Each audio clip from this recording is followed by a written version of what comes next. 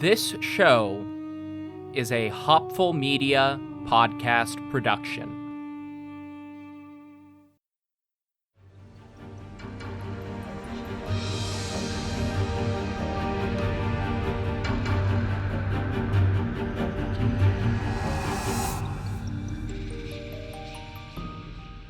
Hello everyone, welcome to the history of Persia.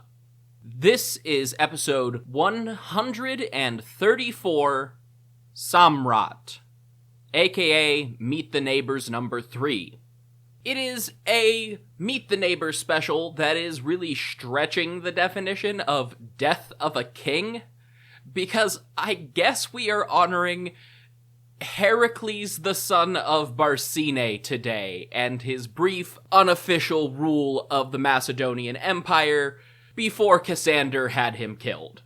Regardless, I kind of have to do it this way, because there's just too much information between 308 and 301 BCE to really do it any differently. Speaking of dates, though, we need to rewind quite a bit, all the way back to episode 115, when I first introduced ancient Indian history. In that episode, I covered the evolution of northern India from a grab bag of city-states, oligarchies, and small kingdoms through the expansion of Magadha, a kingdom on the Ganges far to the east that grew into a powerful empire under the Nanda Dynasty.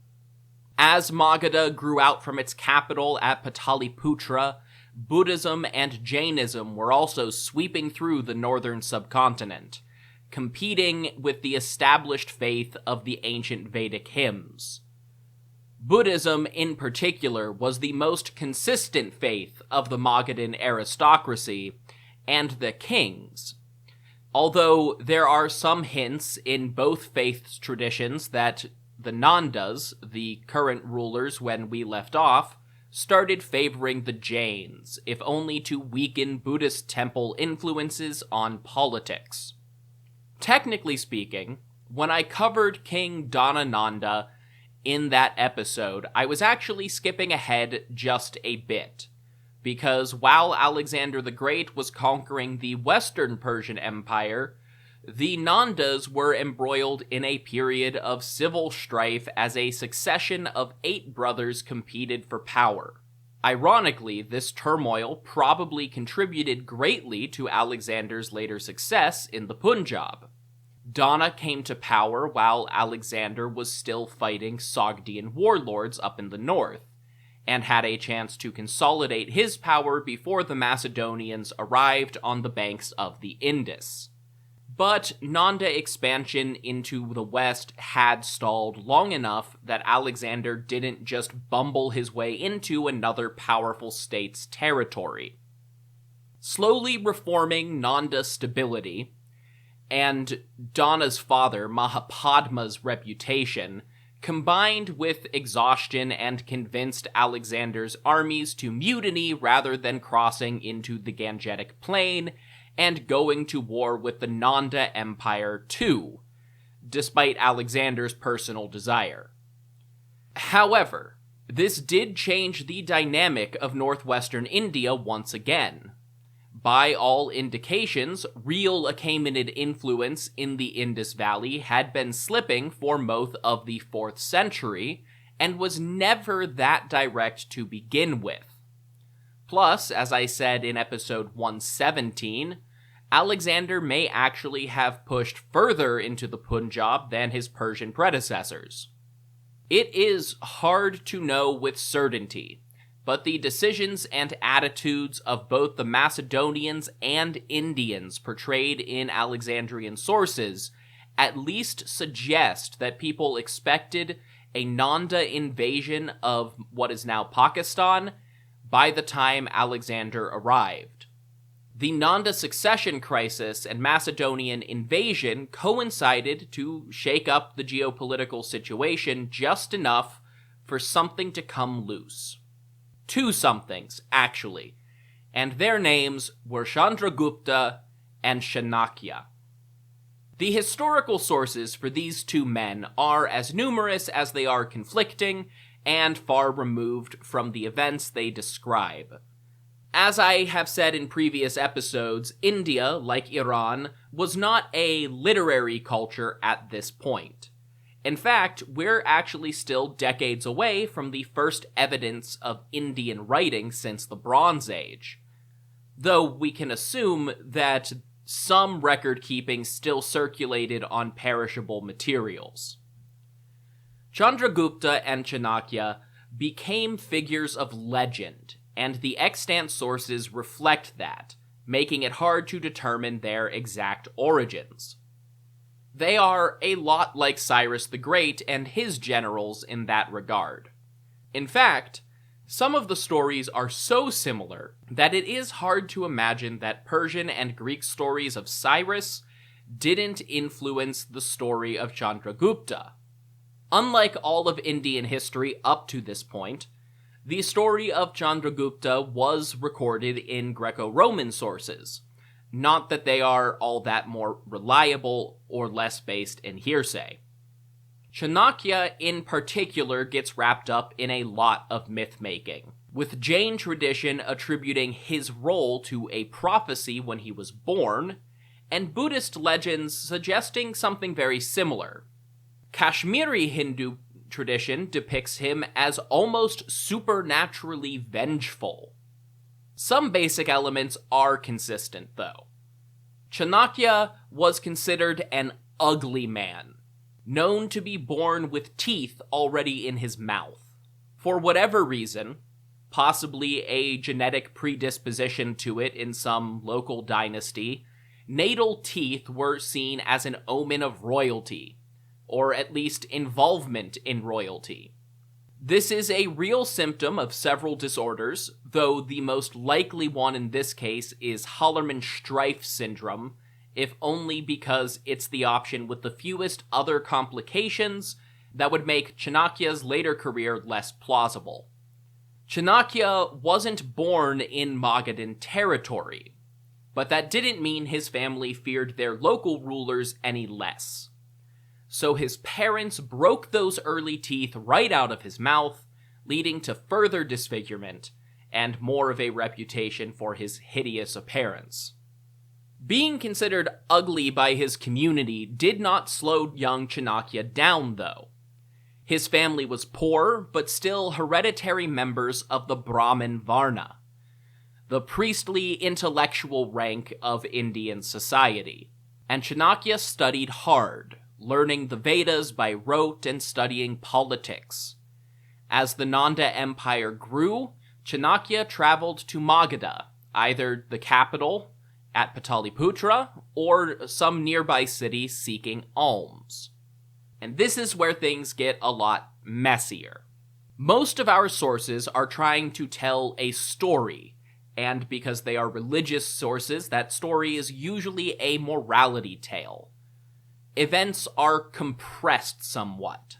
Most traditions just leave it at this charitable event, but the Mudrara Kashasa, an early medieval drama, suggests that Chanakya held some sort of position in or around the royal court, and several other accounts suggest that he had some sort of familiarity with members of the Nanda family. The important part, though, is that Chanakya wasn't nobility himself or even well off. He did have just enough time in the royal orbit to get a lay of the land. Then he was kicked out for offending the king in some way. Buddhist tradition is literally that he was so ugly the king couldn't stand him. Jain tradition is more charitable and claims that he tried to rise above his station. Either way, Chanakya found himself on the run, disguised as a member of one of the smaller religious orders. According to both religious traditions, Chanakya became a practitioner of Dhatuvada, a sort of alchemy that supposedly enables you to either transform base metals into gold or multiply the gold you already have. Now, everybody's religious beliefs aside, that is not how anything works. which means one of two things. The traditional story of poor Chanakya rising from obscurity is wrong, or he did something after getting run out of Magadha to become quite wealthy. On one hand, there is a version of the story where he held position at court, so I am inclined to believe the former. On the other hand, there's also a story later in life of Chanakya using games of weighted dice to scam merchants out of their tax money, which is also an option here. In fact, there's also a story of Chanakya multiplying the number of coins that he had, turning 1 into 8, which sounds like he might have been counterfeiting. So maybe he was just a scam artist and got big off of that. Who really knows? The timeline also gets a little confusing at this point. All of these legendary sources say that Chanakya was either kicked out by Nanda or a king generically identified as a member of that dynasty. Unless everything else about historians' understanding of Indian history up to this point is off by decades, that doesn't make sense with what comes next. At some point during this exile, the now wealthy Chanakya encountered a child named Chandragupta. Whether he was already a young boy or hadn't even been born when Chanakya was kicked out of court depends on the source. According to some versions, Chandragupta was a peasant, and according to others, he was the son of another Nanda family member, either one of the brothers deposed before Dana took power, or from some lesser branch of the family. In at least one description, he's just the rightful heir to the throne with no elaboration, which could imply descent from a previous dynasty before the Nandas took over. Many descriptions of this meeting depict Chandragupta playing a game of royal court, where the boy was playing at being king over the other children. If you can, cast your memories all the way back to episode 4 of this show, and remember that this is the exact same scenario where Cyrus the Great was discovered, according to Herodotus. A boy destined to be king is playing at monarchy when he is discovered by a disgruntled member of the court from an increasingly depraved king and whisked off to rise to his rightful station in grand rebellion. You can see why I personally think these stories might have influenced one another. And that is just how the story goes. Chanakya took the young Chandragupta to the most famous center of learning in all of India, Taxila.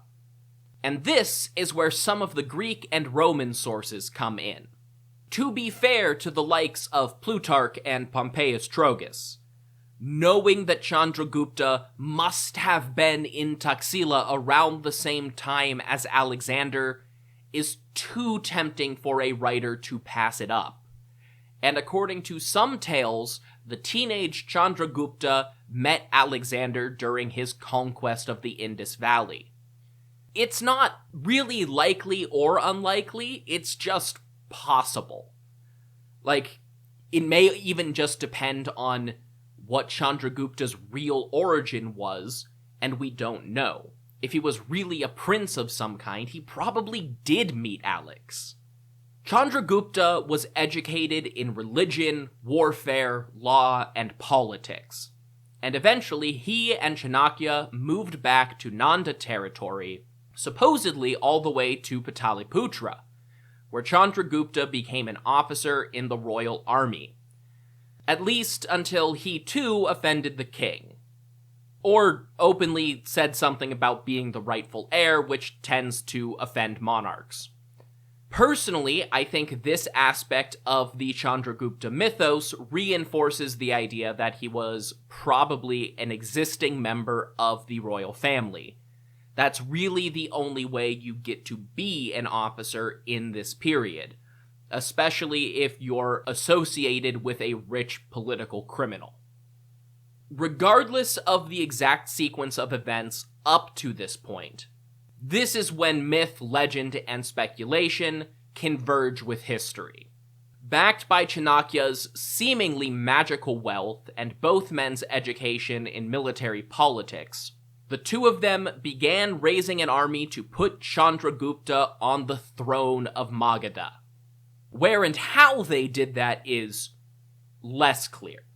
They did have ties to Taxila, so the northwest is possible, although that it's not very clear what their relationship was to the Macedonians or the rebel movements going on in the Indus Valley region at this time. According to some stories, Chanakya was from southern India, so maybe they went down there to raise their army, though Chandragupta later has to conquer that region, so that also doesn't make a ton of sense. Maybe they just recruited out in every direction from more central hideouts in the Nanda countryside. Describing this army, the Roman historian Justin used the phrase, an army of robbers, which shouldn't be taken literally, but it does imply a ragtag force of mercenaries, ne'er-do-wells, rebels, and criminals. In Jain tradition, Chanakya helps Chandragupta form an alliance with a foreign king named Parvataka, who has been linked to both Parvata, a kingdom in the Himalayan foothills, and to Porus, the Greek form of a name which we know was used by several kings in the Punjab, including Alexander's most famous Indian opponent. No matter what, though, there is a certain poetry between Chandragupta and Alexander the Great. Just as Alexander's flame sputtered out and one great conqueror passed on in 323 BC, Chandragupta Maurya launched into his career of imperial expansion as his army marched against Nanda for the first time.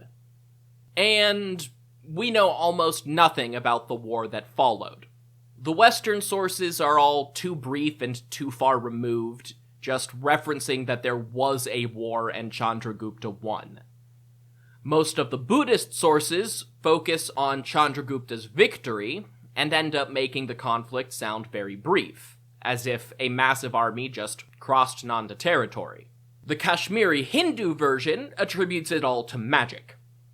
Jain sources and the Buddhist Mahavamsa provide a more plausible account of the war, though they still lack military details and focus on the legendary personal lives of Chandragupta and Chanakya. They invaded Nanda territory in 323 or 322 BCE and rushed for the capital, capturing the outlying cities in the Gangetic Plain in the initial surprise attack, but bypassing smaller villages. This meant that they found themselves deep within enemy territory, with few local supporters or reinforcements, and hostile troops all around them. And their first major confrontation with the actual Nanda army, Chandragupta and Chanakya were soundly defeated and routed, all but disintegrating their army as they fled to the border. Which border is never stated. Both the Jain accounts and the Mahavamsa tell a similar story. After this defeat, Chandragupta and his teacher were traveling through a village when they encountered a woman scolding her son. The peasant boy was trying to eat a bowl of stew or porridge and kept taking a bite from the center of the bowl and burning himself. His mother compared him to Chandragupta, taking a bite from the scalding center rather than starting with the cooling edges. According to these legends, this encounter made Chanakya realize their mistake, and when they renewed the campaign, Chandragupta seized the more disaffected border towns first to build up support and weaken the Nandas before marching on Pataliputra. This worked, and in either 322 or 320, Pataliputra was besieged. By all accounts, this second attempt came with a decisive numerical advantage for Chandragupta's side. Once Chandragupta had proven himself capable and persistent, the disaffected subjects and nobles of the Nanda Empire turned sides and helped him seize the capital. Nanda was forced to surrender, and according to some stories, allowed to live as an exile with whatever he could carry off in his own chariot. Longtime listeners will recognize this as similar to the stories of Cyrus the Great's defeated rivals, like Astyages, Croesus, and Nabonidus. As with all of those rivals to Cyrus, other versions of the story just have Chanakya order Nanda's execution, which makes more sense, since every version agrees that resistance didn't end with the capture of Pataliputra, but Nanda just vanishes from this point in the story. In the Jain version, where Chandragupta allied with the king Parvataka, Chanakya orchestrates Parvataka's assassination after taking the capital, so that Chandragupta can assume absolute authority and absorb Parvataka's territory. Then the battle for consolidation began, and Chandragupta spent most of the 310s BCE at war with lingering Nanda loyalists and separatist warlords, while Chanakya oversaw the reorganization of the state and dealt with nobles and merchants who refused to pay taxes.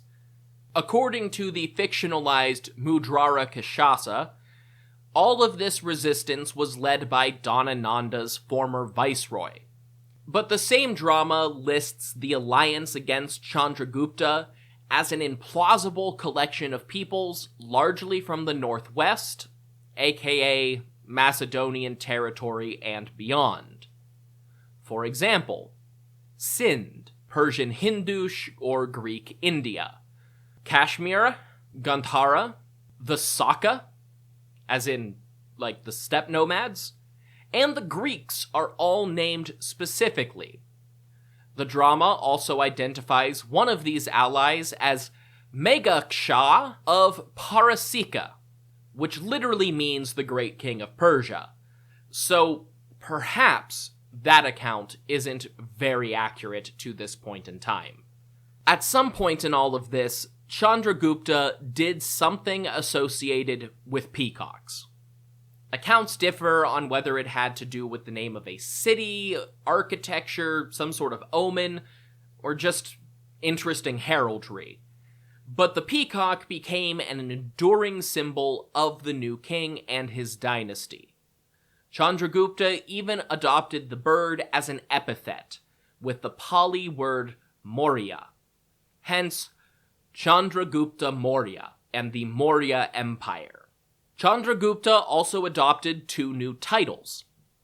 India was littered with kings, called Rajas, and even great kings, Maharajas, who really weren't all that much more impressive in the grand scheme of things. Chandragupta adopted the title of his Nanda predecessors, Samrat or Samraja, which is usually translated as emperor, but literally means king of everything. He was also declared Chakravartin, literally one whose chariot wheels move, meaning that he can ride everywhere in India undisputed. The latter title especially came to mean something like universal king, and a secular counterpart to the Buddha, or to the gods. Then, Chandragupta turned his sights on the west, and the recently independent domains of Seleucus in Iran and the Hindu Kush.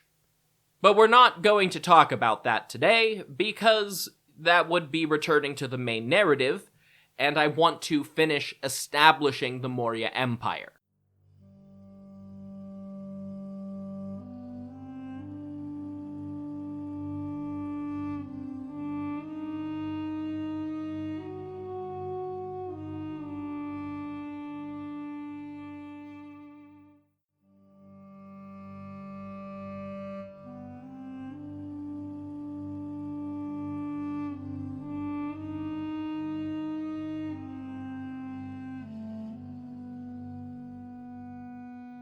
After his war with Seleucus, Chandragupta turned his attention to the south and conquered there too, until the Maurya Empire covered most of the subcontinent north of modern Kerala and Tamil Nadu.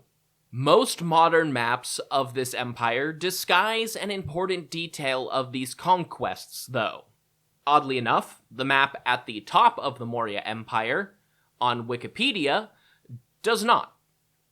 Chandragupta focused on the fertile farmland and urban centers, bypassing sparsely populated and tribal communities in the Thar Desert, Kigali forests and highlands, and mountain ranges.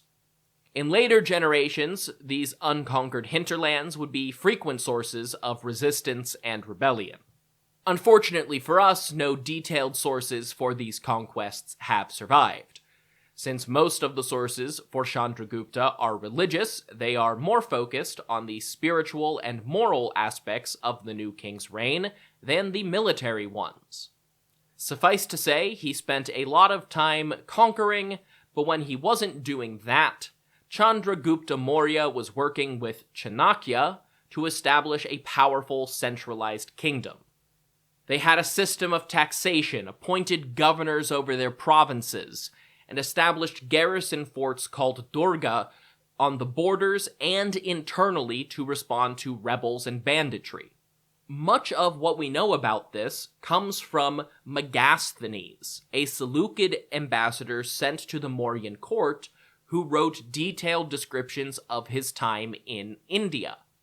I'll give him a little more attention later on, but as usual with the most interesting writers of antiquity, Megasthenes' original Indica is mostly lost today, known through citations and other works.